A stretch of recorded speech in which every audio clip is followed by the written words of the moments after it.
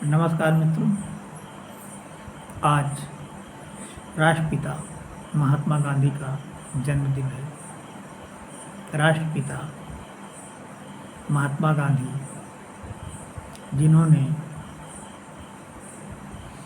दे दी हमें आज़ादी बिना खड़क बिना ढाल, साबरमती के संत तूने कर दिया कमाल। तो महात्मा गांधी जिनके लिए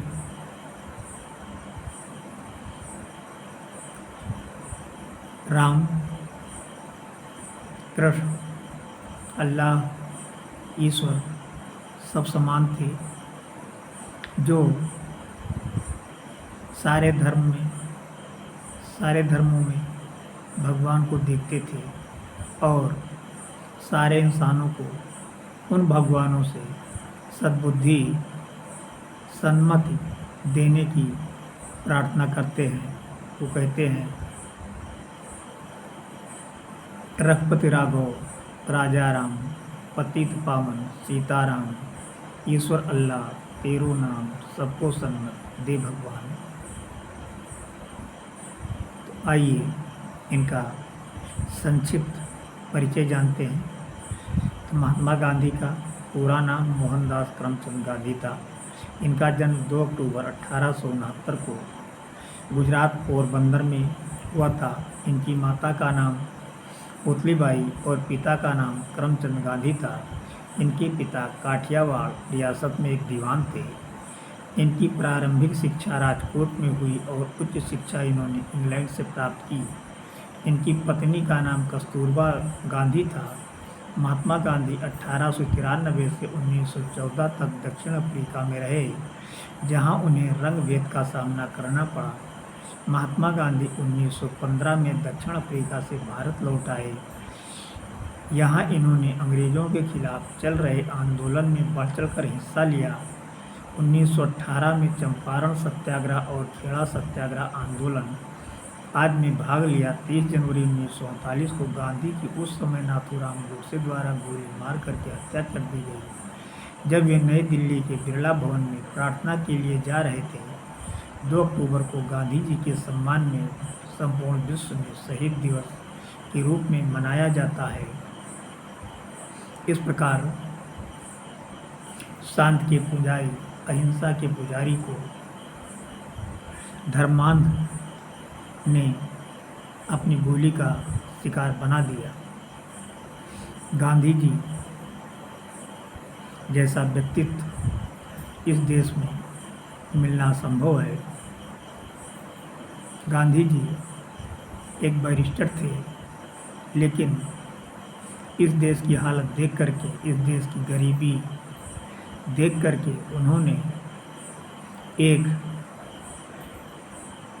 लंगोटी लगाना उचित समझा और ये प्रण लिया कि जब तक इस देश के सारे जनमानस को कपड़ा नहीं मिल जाएगा, वो पूरा कपड़ा कभी नहीं पहनेंगे। और इसका उन्होंने आजीवन पालन किया।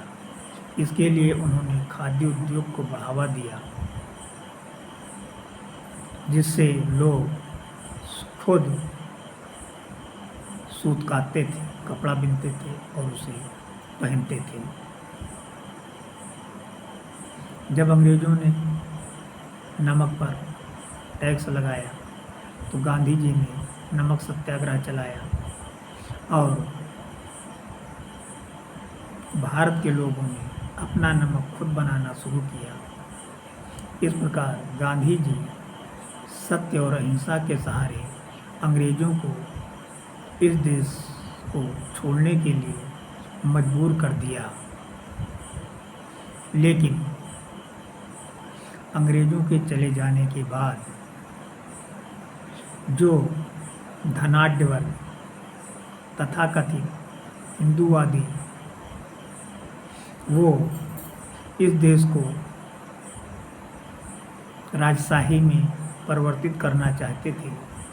महात्मा गांधी, पंडित जवाहरलाल नेहरू और सरदार पटेल के कारण वे अपने मकसद में सफल नहीं हुए तथा एक धर्मांध को उकसाकर महात्मा गांधी की हत्या करवा दी तथा कुछ तथाकथित अम्बेडकरवादी भी महात्मा गांधी को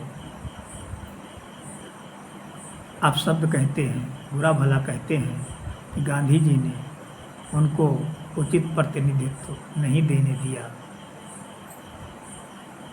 अब ये दोनों ये नहीं सोचते कि गांधी जी ने अपने लिए क्या किया। लोग अपने व्यक्तिगत स्वार्थ में गांधी जैसे इंसान को आज भी गाली दे रहे हैं, जबकि हमारे देश का कोई भी नेता, मंत्री, प्रधानमंत्री जब विदेश जाता है तो यही कहता है कि मैं गांधी और गौतम के देश से आया हूँ, जिसने सत्य और अहिंसा के सहारे अपने देश को आज़ाद कराया है। गांधी की चाहे जितनी आलोचना की जाए, आलोचना हर व्यक्ति की होनी चाहिए, लेकिन कम से कम मर्यादा का ख्याल भी रखना चाहिए और हर व्यक्ति गांधी नहीं हो सकता। इसलिए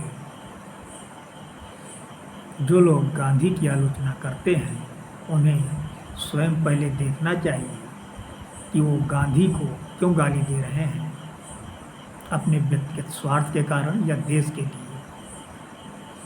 इसलिए गांधी जी ने जो देश के साथ किया, वो देश गांधी जी के उपकार को कभी पूरा नहीं कर पाएगा, अदा नहीं कर पाएगा।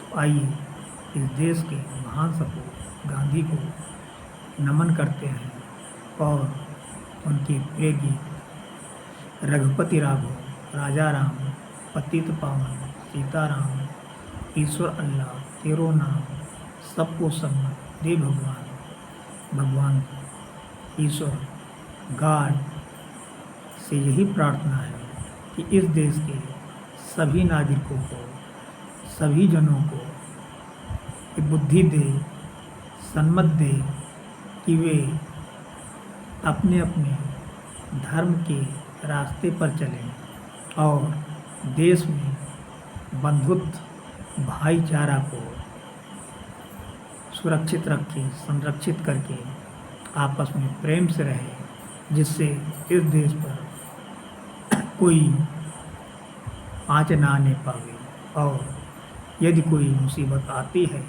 तो हम सब मिलकर उसका डट कर मुकाबला करें। जय हिंद। महात्मा गांधी अमर रहे।